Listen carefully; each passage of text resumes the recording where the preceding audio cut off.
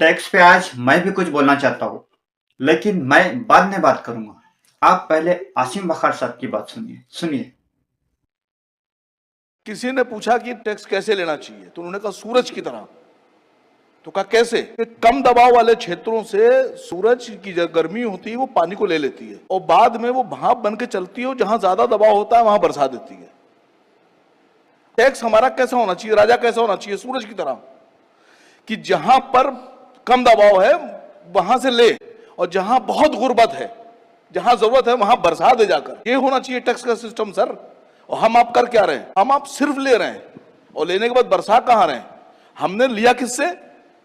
Sir petrol भरा रहा है टैक्सी वाला, ऑटो वाला, ₹100 का पेट्रोल उसको ₹100 का बेच रहे हैं, उससे ₹65 ले रहे हैं, बरसा रहे हैं अंबानी जी पर, अडानी जी पर। देखिए देखिए तकलीफ है। जितना जितना भारत आपका है उतना ही भारत मेरा है।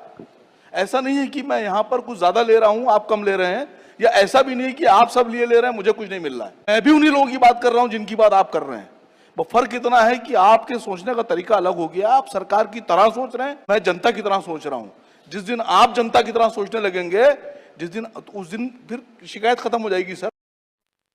जब कोई एक आम आदमी, एक ड्राइवर कोई गाड़ी खरीदता है, कार खरीदता है या मोटरसाइकिल खरीदता है, शोरूम से निकलने से पहले वो रोड टैक्स भरता है। रोड टैक्स भरता है, तब कहीं पर वो रोड पे कोई 2-5 मिनट रुक जाए तो उसको चालान मिलता है। अब ये चालान किस चीज का है? रोड टैक्स तो उसने भरा हुआ है, तभी तो गाड़ी रोड पे आई, रोड पे खड़ी हुई। रोड पे खड़े रहने का ही टैक्स लिया गया है ना। हवा में उड़ने के लिए टैक्स तो नहीं भरा उसने। रोड टैक्स भरने के बाद टोल नाका, जब उसने रोड टैक्स भरे हुआ है तो फिर टोल नाका कहेगा। एक और बात, सरकार रोड टैक्स ले लेने के बाद सिटी पुलिस को पीछे लगा लेती है, अब आप भी वसूली करो।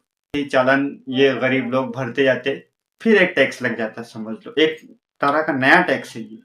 महानगर पालिका भी पीछे पड़ी रहती है इनके। इतना सारा जो टैक्स भर रहे लोग बिना सुविधा की, गवर्नमेंट सारा टैक्स फुकट में खा जा रही।